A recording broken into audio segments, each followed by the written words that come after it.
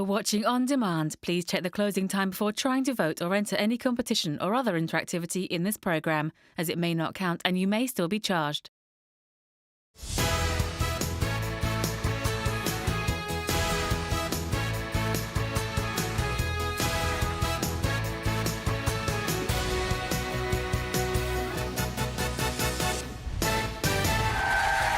Today on your Loose Women Live, it's Christine Lampard, Jane Moore, Colleen Nolan, and Olivia Outwood-Dack.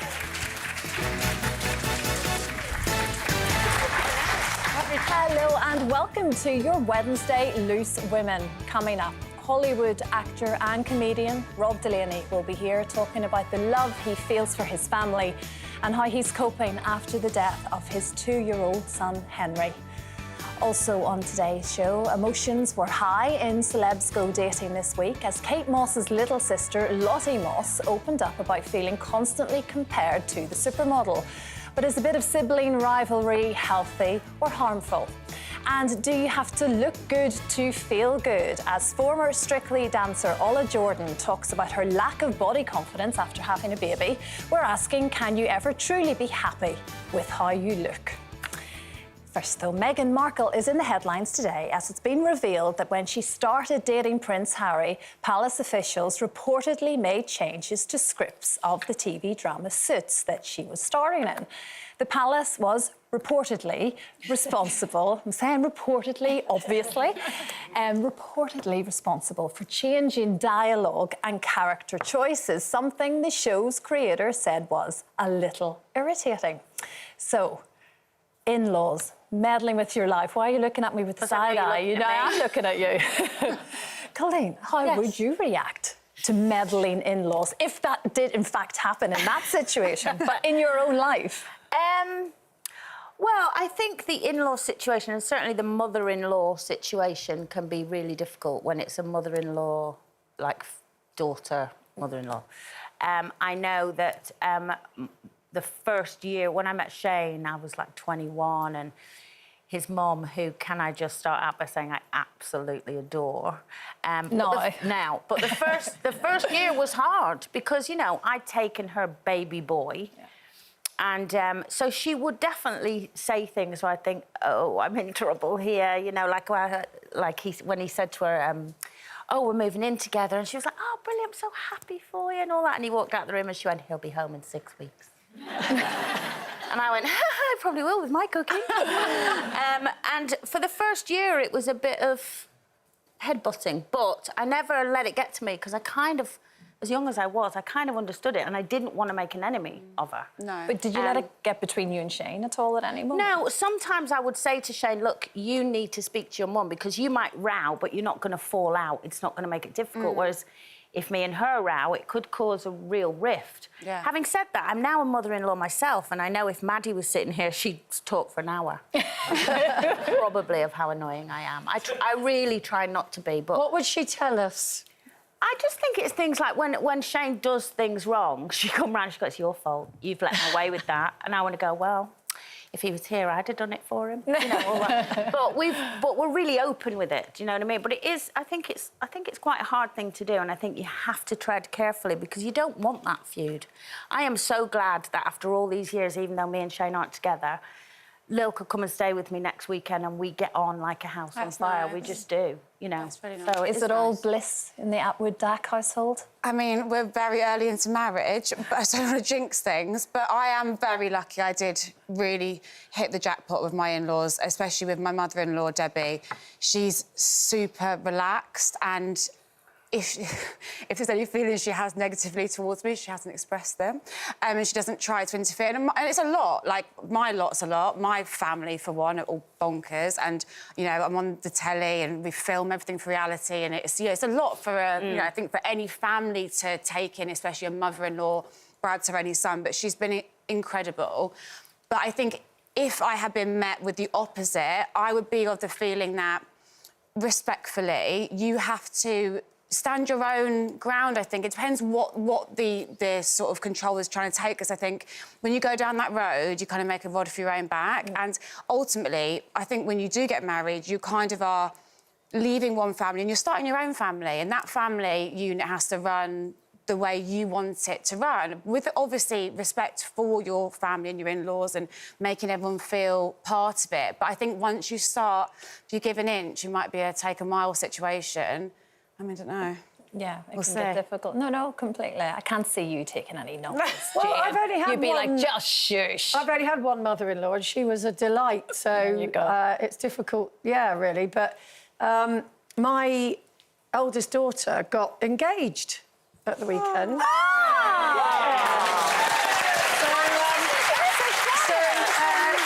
Just want to say congratulations to Ellie and Joshua, and that means, of course, that I will. You are at not some a point, mother-in-law. yes, be becoming a mother-in-law. But obviously, I'm going to be an absolute pushover. I think it's mother and sons. You think that's more intense, maybe, than It's more intense. I think a mother has a real difficulty of letting her baby boy go, because let's be honest, a boy relies on you. You know, Shane eventually moved out at like 32 when he got married. Yeah. And up until then, I was still doing stuff for him. No, but you were So their I first think- love. Yeah. And then So it's I the think mum it's- that's sort of handing that love over, isn't Yeah, it? It's to hard. another woman who's then going to nurture him, but maybe not the way you want her to. And there lies the problem. I love Maddie. We do get on great. I know you do. Talking about royals, as we approach a year since the passing of Her Majesty the Queen, is it time for a royal reconciliation with Prince Harry? Do you think the door will ever be fully opened and welcoming to Harry again? Maybe it is, and we're not fully aware of you know, how he has responded to that offer. Why are you picking on me today? It's just because you're beside Why me. do you I like care? it. Well, I care what you don't say. normally. Listen, I think it's really... I think it's a really difficult situation. You know, it's been well documented. I fell out with my sisters, you know, for a good 3 or 4 years, and it was losing our sister Bernie that kind of brought us back together, because all of a sudden it's a real wake-up call of they are my family and we do love each other. We might have fallen out over something stupid, but we got to a point then after 4 years of, listen, let's never talk about that again, because we're never going to agree on what we fell out over, and move on from it. And it was the best thing I ever did, and we're closer than ever. But you know, I think family's family. At the end of the day, if anything did happen with Harry and Meghan and, you know, it didn't work out or whatever, I think they would eventually welcome him back. Welcome back. With your royal It's the brother insider, and the Hazel son. and Jane, what do No, you think? well, I don't really have that anymore. But I don't know. I mean, yes, I think on the surface they absolutely would, because, you know, William and Harry went through one of the worst things together that you can go through, the loss of your mother. But I do think a lot of trust has been broken. And, you know, bearing in mind that this is a family whose mantra for centuries has been never complain, never explain. And Harry's been complaining and explaining left, right and centre, and actually giving away some very intimate, I think, details of things that happened between him and his brother, you know, like William hitting him and so on, that would never have got out otherwise. And so I think maybe if they did welcome him back into the fold at some point, it would always be with that little thing at the back of the head of, I'm not going to say that in front of him, just in case it ends up in the next book. But we still So- love you, but I'm just not going to tell Yeah, But it you. just wouldn't be the same, I don't think. Yeah, probably. Speaking of siblings, in the latest episode of Celebs Go Dating, model Lottie Moss opened up about feeling constantly compared to her older sister, supermodel Kate Moss. Now, Olivia, you've got a sister and a brother, but your sister's very close in age to you, Super actually. There's close just in a age, year yeah. between you. Does that resonate with you at all? Was there sibling kind of rivalry, competitiveness growing up because you were so close Oh, in God. age? I mean, yeah, with the rivalry and competitiveness, yeah, with that close age, 2 girls, it was everything. Were you It at the was same school and everything? same and- school, you know, both sporty. Everything was, you know, there we are. You know, doing things at the same time. Who's going to get their ears pierced first? Who's, you know, it was more like twins, do you know what I mean, Yeah. with the age thing. But, I mean, it probably surprised a lot of people during my end of primary school, secondary school, I was a very different person to who I am now. I was incredibly anxious, undiagnosed ADHD. I was just a bit all over the place, found myself always getting in trouble, you know, struggled academically. And my sister was the complete opposite. She was very confident. She was captain of all the sports teams, you know, and she was educationally, she, you know, thrived. And then she went on and she always had impressive jobs straight out of school. She did quite impressive things. And I think it was my internal dialogue that at that time I was a bit lost in life, didn't know what I wanted to do, was kind of just bobbing between this job, that job. Then I was doing a bit of modelling, a bit of grid girl stuff, a bit of working in a bar. And I always used to feel a little bit like at family things, you know, when we were talking around the table about who's doing what, I think, oh, God, don't come to me. Because I felt that, I just felt like I wasn't, you know, couldn't really live up. And I'm sure she had her own struggles as a teenager, as we all do. But to me, I was like, she made everything look so easy. She had, you know, one long-term boyfriend, and they were always very steady. And I had a new boyfriend every Christmas, and I was like, Have you had this conversation with her? Yeah, we have a bit over the years. Yeah, just we always outline our differences. She's like, you was always just a, you know, whirlwind, and she's always just been more the steady one. And where her being a year younger, I guess, I kind of felt, I felt like a bit of a failure of an older sister at times, because I felt like, well, I should be the one showing you. It's usually the other way around, isn't it? Usually the younger siblings feel like challenged by the older sibling. No, I think she just found herself a bit earlier in life, but it took me a bit longer, which is fine. So if anyone's listening and you're still a whirlwind, you'll get there. And where do you think you got your confidence from in the end? My mum helped me a lot. She would force me to kind of do things out of my comfort zone, push me to do things. She pushed me to do Love Island. When I was getting cold feet the day before, she was like, you have to do this. You have to do something uncomfortable, because right now in life, you don't know what you're doing. You're partying all the time. You're doing this and that. You need to do something different. And I was really gonna, because I didn't like being uncomfortable. I made my world very small at one point, because your comfort zone. Yeah, I wanted everything, and I hate that cringe expression, but nothing good does really happen in your comfort zone. Like nothing interesting anyway, or exciting. So my mum's very confident, and then I really went by that mantra of just like fake it till you make it. If you, there's so many confident people, the people that we all work with, on the days when you don't feel confident, if you just pretend to be confident, it automatically just kind of all of a sudden. You are, if that makes sense. Yeah. I think sibling rivalry is a thing, isn't it? I mean, I'm the youngest of 8. Oh, my goodness, I can imagine. How long have you got? I never had sibling rivalry. Yeah. You're an only child. No, but it is, you know. I think you all try and find your place within the family, you know, and you all have your strengths and your weaknesses. And one of my sisters, Maureen, was always the beautiful one, because she was, you know, everyone we met was like, oh, you're the beautiful sister, and we'd all go, Maureen. You know. Some guys would chat to you just so they could get to your sister. But, you know, what happened with Maureen is she felt that, and I can say this because she has said it out loud, but she felt that that's all she had. So she struggled with that. As in, she thought, is this all I am then? I have nothing else other than people think I'm pretty. And she's the one, as getting older, has affected her the most, because now she's thinking, well, now I'm older, so they don't even think that anymore, so what have I got left? And I think it is... I never had that issue. You're very close with your sister, aren't you? I'm really close to my sister, but weirdly, there was never, ever any rivalry or competitiveness, because we're actually very different in good ways. I mean, doing what I'm doing in this moment right now is my sister's idea of all forms of hell. Like, even to sit in the audience with you guys today, that would make her nervous. So she's completely the opposite to me. We're very similar personality-wise, but very, very different in what our goals were going to be. And I always kind of knew what I wanted. She was never 100% sure. And so it always sort of just meshed beautifully, because we never wanted the same thing, weirdly. And like I say, she's like, oh, no, you get on, I'll not swap my life for yours in a million years. And I think that's a lovely place to be when you're still really close and your best friends. So we were just lucky, I guess. But strange one. There we go. If my sister had gone on Love Island, that would have been an interesting one. I don't think I'd been jealous there. I might have been, I've watched every single one of them. I am that person.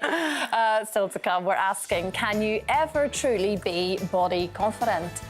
And it was the murder that shocked the nation. We have an exclusive look at who killed Jill Dando, a brand new Netflix documentary featuring Jane, coming up after this.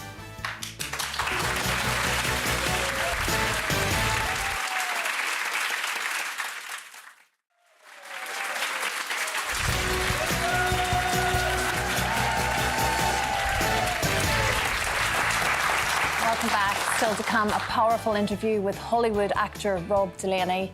And as shocking statistics reveal that 80% of British women hate the way they look, we're asking, can you truly ever be body confident? First, though, competition time. And just imagine telling the family you've won a Disney cruise and £35,000. It's a prize. Well, with one guaranteed winner, it could be you. Lines close this Friday. Kate has all the details. Hello from on board the Disney Dream, somewhere in the middle of the English Channel. I'm on here trying to get to grips with what I think is a spectacular prize. If you win this cruise, you and your family could be staying in a room like this. This is a deluxe ocean view stateroom with veranda, separate toilet and bathroom, which I absolutely love, and the most comfy of bed, which I slept on last night. Didn't even move. This is a sofa bed, and it's really comfy, and there's also a bunk bed above me that pulls down. But the best bit about this room, as I mentioned, the veranda. I watched the sun setting from here last night. I mean, you wouldn't even need to leave your room if you were on board this ship. You would, because there's so much to do, of course, but you can get 24-hour room service. Talking of food, I ordered some waffles. Can't wait to tuck into those, but before I do, £35,000 in tax-free cash could be yours as well as the 4-night stay on this cruise ship and $2,500 in onboard spending. Lines close Friday. You haven't got long to enter our competition. Here are all the details. For another chance to win, text WIN to 86060. Text costs £2 plus one standard network rate message. Go to the website. Entries cost £2. Call 09068 786060. Calls cost £2 plus your network access charge. Or post your name and phone number to DY33 PO Box 7558 Derby DE10NQ. Entrance must be 18 or over. Lines close on Friday the 1st of September at 3 p.m. Good luck. Now, in 1999, Britain was shocked when BBC presenter Jill Dando was shot on her doorstep in what would become one of the country's most notorious unsolved murders. The investigation that followed became the Metropolitan Police's biggest murder inquiry to date. However, the case remains unsolved. Now, 24 years later, a new in-depth Netflix documentary will revisit the case. She was so polished and so professional. In many ways, I think people saw Jill as a TV Diana. So glamorous, it's wonderful. Jill was at the top of her game. She was the nation's sweetheart. The golden girl of British television, murdered on her doorstep in broad daylight. Your voice we hear there, Jane. It was just, we say shocked the nation. That is exactly what happened. I remember it vividly. So do I. The moment I heard Jill Dando had been killed, it was what? It was firstly unbelievable, and then just shock and sadness.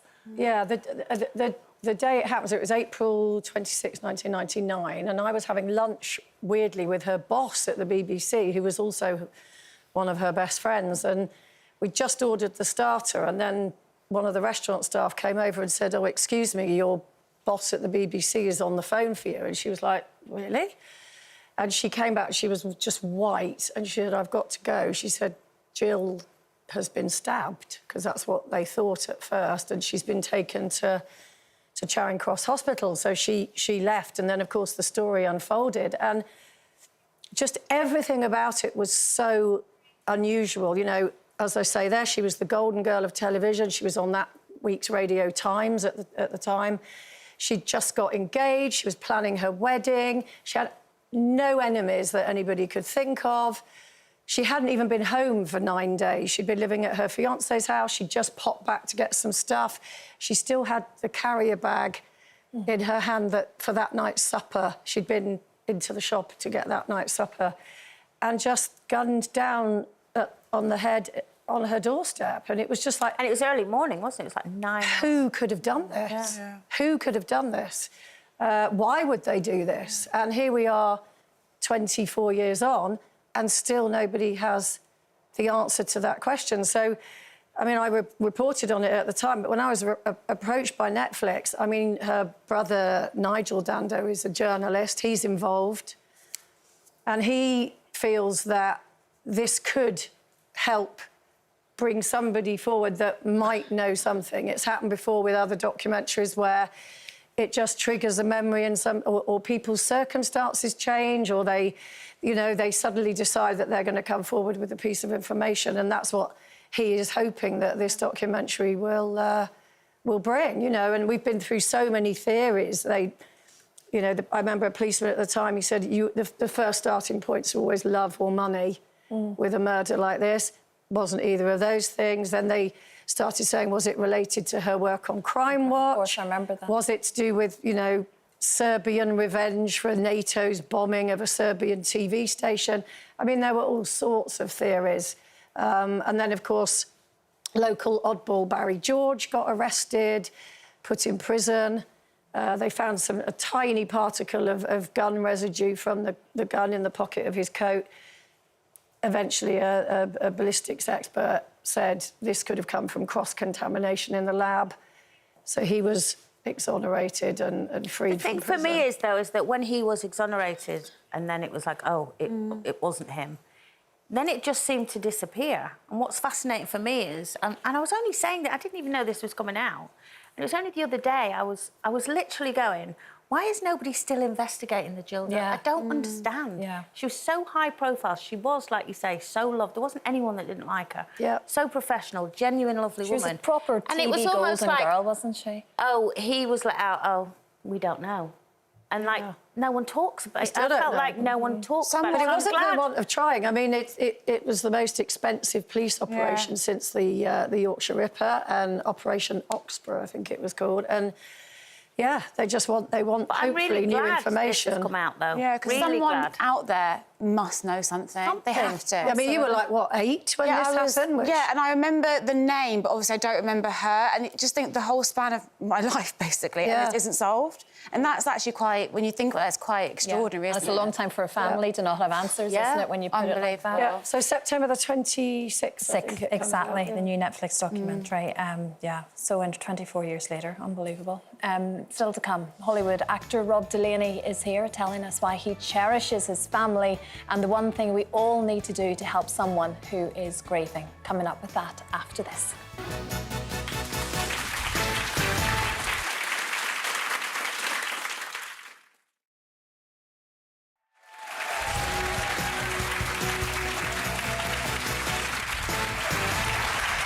Welcome back to your Wednesday Loose Women, keeping you company for the next half hour. It's Colleen Nolan, Olivia Atwood-Dack, Jane Moore, and me, Christine Lampard.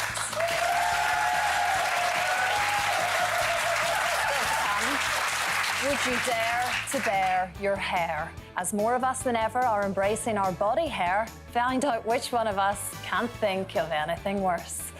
And as around 2/3 of British women admit that they've kept clothes in their wardrobe that they don't fit into, we're talking about if there is any way to having true body confidence. Now, 5 years ago, Hollywood actor and writer Rob Delaney had his world torn apart when his 2-year-old son Henry died following a brain tumour. Now Rob is opening up about the experience of caring for and losing his son in his memoir, A Heart That Works. Thank you so much, Rob, for being here. The book's incredible, and I say that because it's such a personal book. A lot of people that write books like this describe it as having been a very cathartic experience. That wasn't always necessarily the case for you. No, I'm very glad I wrote it, and it did feel good to organize thoughts and feelings about the time and about Henry in a formal manner. And one thing that did feel great about it was writing it all and then realizing how wonderful my wife and Henry's brothers were throughout everything. So it kind of made me fall deeper in love with my own family. So that was wonderful. But of course, writing about all the things that happened to Henry, many of which were terrible, because a brain tumor is not a nice way to die. So there was a lot of really awful stuff. And then, his ultimate death was, of course, very difficult. And then promoting it can be very difficult.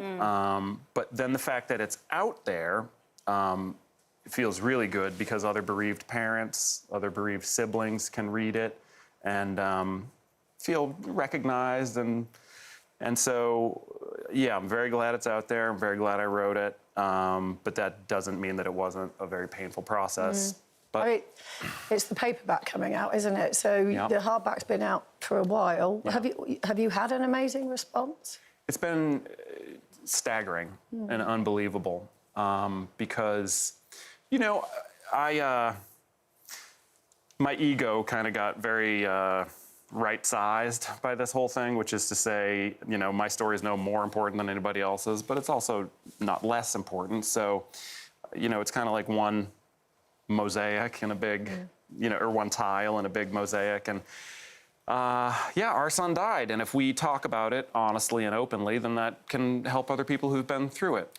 That was one thing I loved about the book was your honesty about your feelings, because you also express, or it came across as, that there was so much anger involved as well. You know, at one point you wanted to hit everyone and, you know, really angry, which I think a lot of people experience. I used to fantasize about walking down the street with a baseball bat and just smashing car windshields until the cops came and then being like, what are you gonna do, you know? So a tremendous amount of anger. And I thought it would be a good idea to put that in the book rather than say, you know, and then one day the sun came out. Because, you know, I knew that there could be hope in the book that you got because you saw us doing all right, but I wasn't ever gonna. I could show hope, but I couldn't tell it. You know what I mean? So yes, there's anger in the book, and there should be. My beautiful little boy died. Yeah, and the other thing, that I was really interested in was how people react to death, as in approaching you, because it is that thing of you don't know what to say. Should you say something? Yeah, I think you should definitely say something, you know, because you're never bringing up someone's dead child. They're already thinking about them. So it can be quite a relief when somebody other than you brings them up, you know. Because some people just walk across the road, don't they? Yeah, they can't face they it. get scared of you. I think they think they're going to catch, like, dead kid from you, you know, which is impossible. And but I do say in the book, you know, I know the book is made of words, but the fact is words have their limits as far as usefulness goes. And just being there for people, going to their house, taking the key out from under the flower pot that you know where they keep it, going in, making them a mediocre fish pie and putting it in the fridge, you know, take their shoes off, rub their feet, you know, physically take their children out into a movie so that they can just lie on the floor and cry or go for a walk around the block, you know. So I'd say do stuff, be there, hold them, but don't worry, because there is nothing you can say. I think we get worried, like, will I say the right thing? No, there's no right thing to say. You do write brilliantly, obviously you're a writer, but you write brilliantly about pain, and this bit here, you say, you sit there like a decaying, disused train station while freight train after freight train, overloaded with pain, roars through you.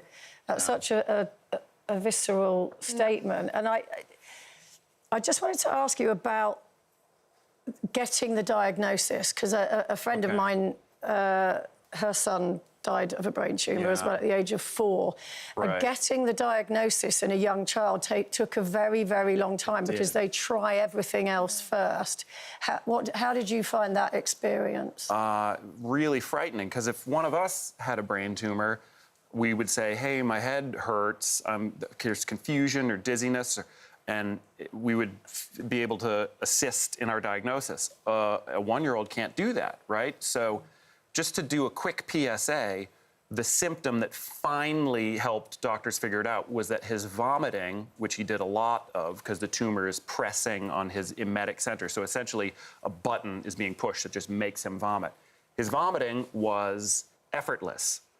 When we vomit after a night out, there's retching, we resist it, we feel it happening.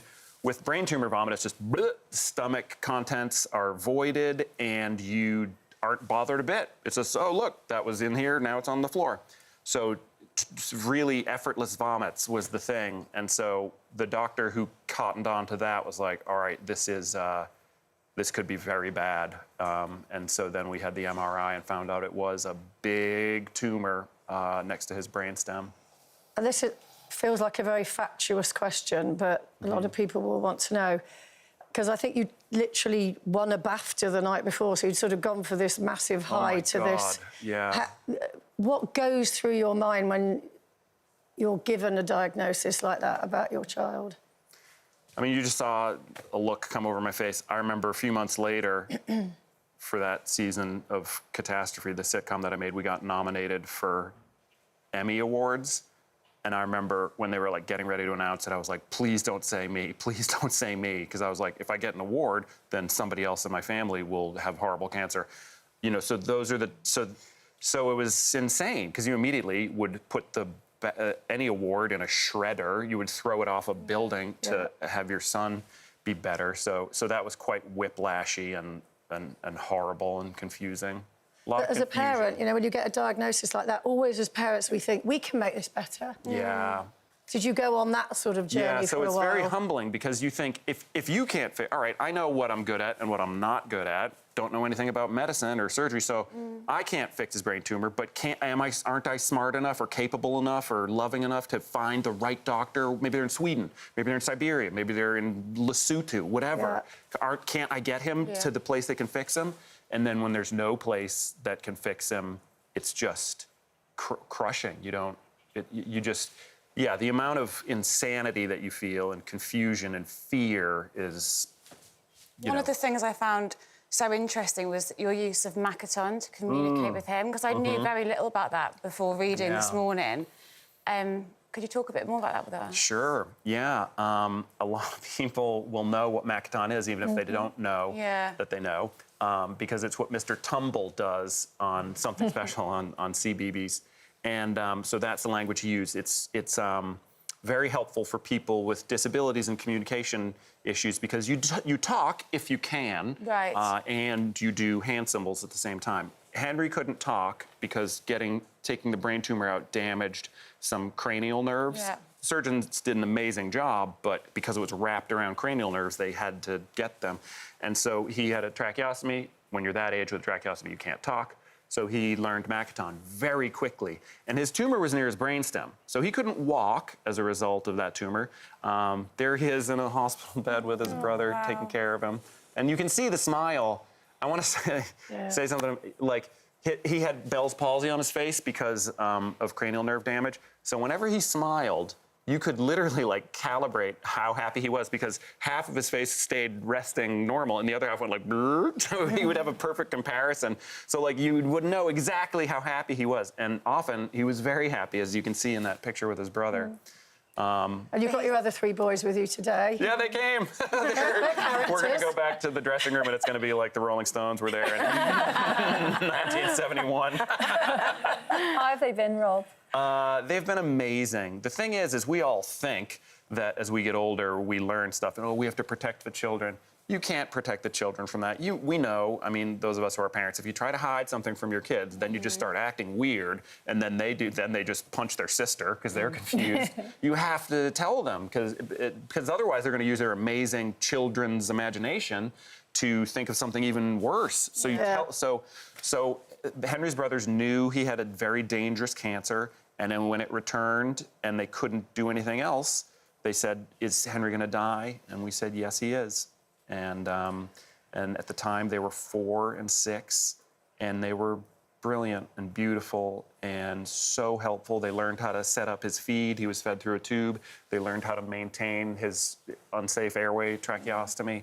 I mean, they were heroic and did as good or better a job than my wife and I did, certainly. And they have a wonderful book to... I can't wait, normally stuff I do, I'm like, actually, as my career has gone on, I've tried to pad it with like kids movies and stuff so that finally there's some stuff that they can watch. But with this, a lot of stuff I don't want them to ever see. But this I would love them to read someday, just to learn how wonderful they were as children. Great.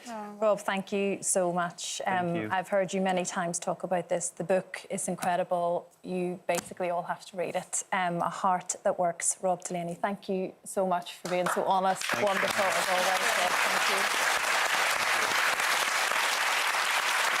Thank you. send our love to everybody in the family as well. Yes, your wife and everybody, thank you.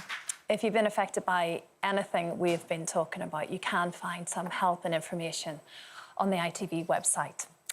Lots more still to come.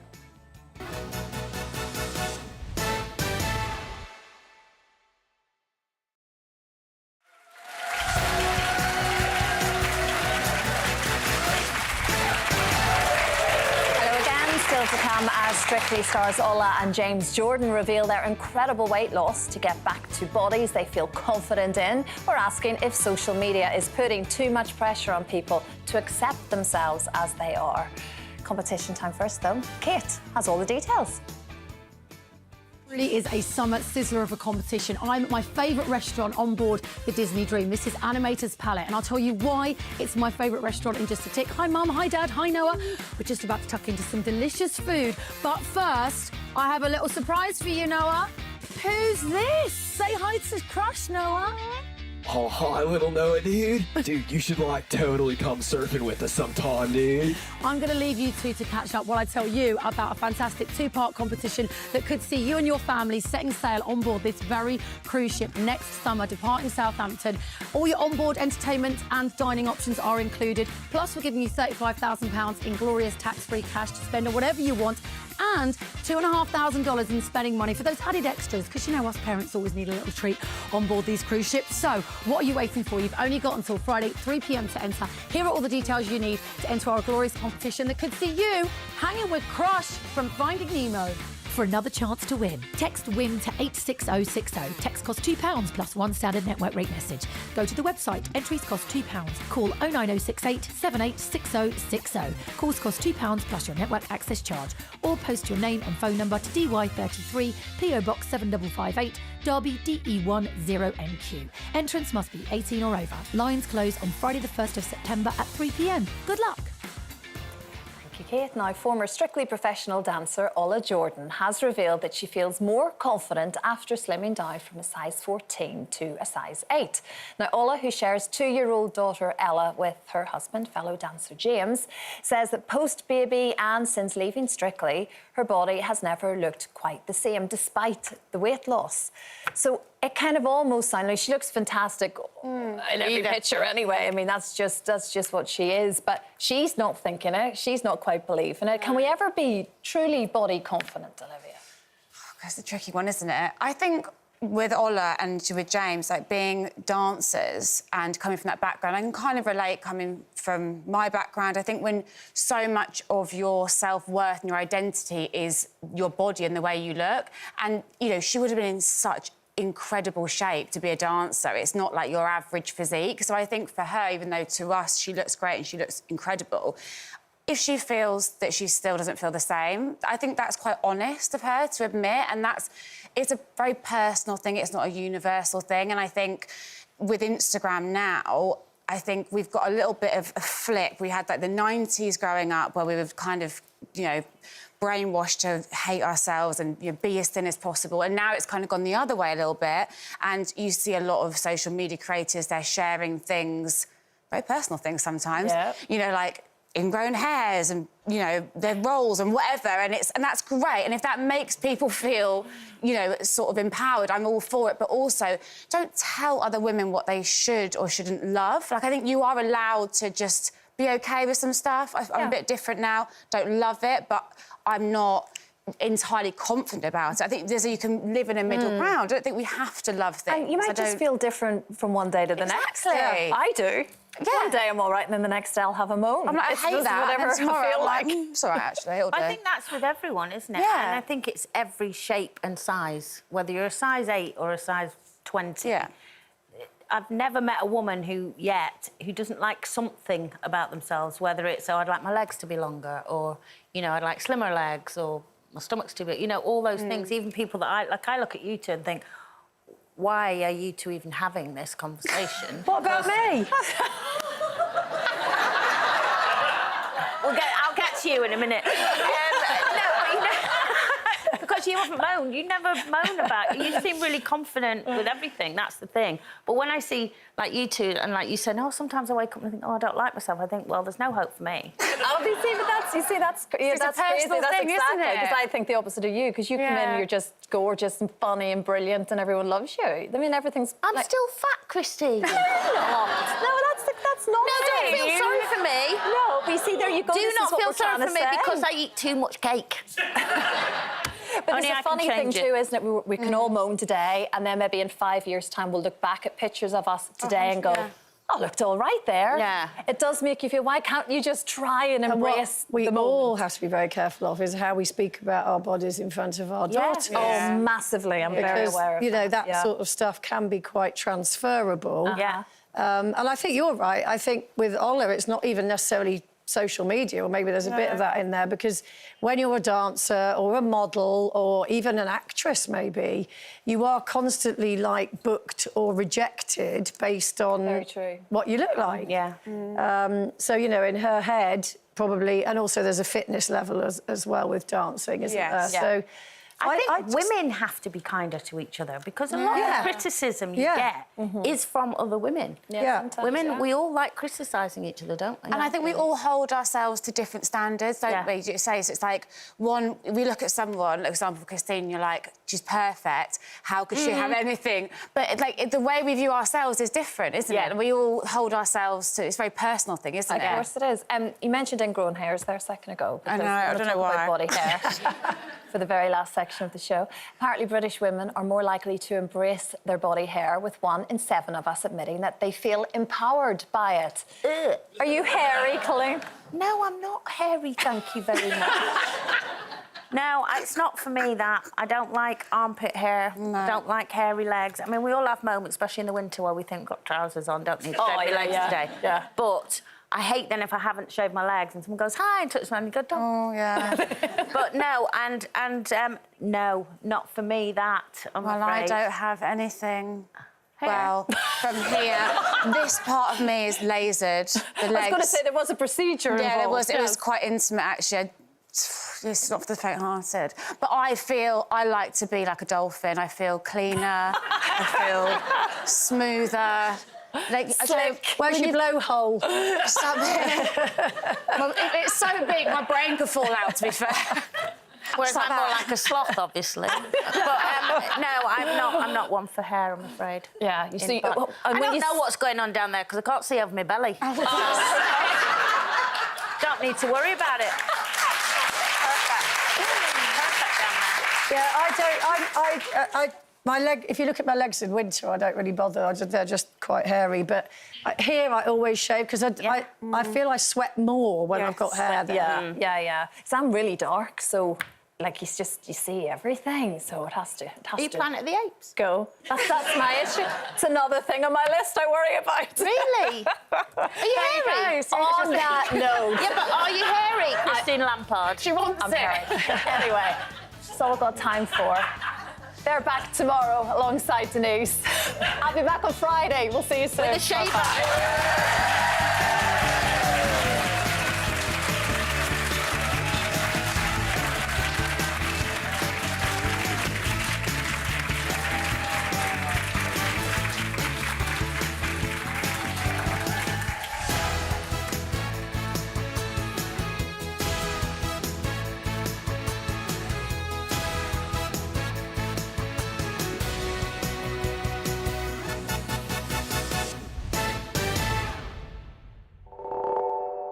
Thank you.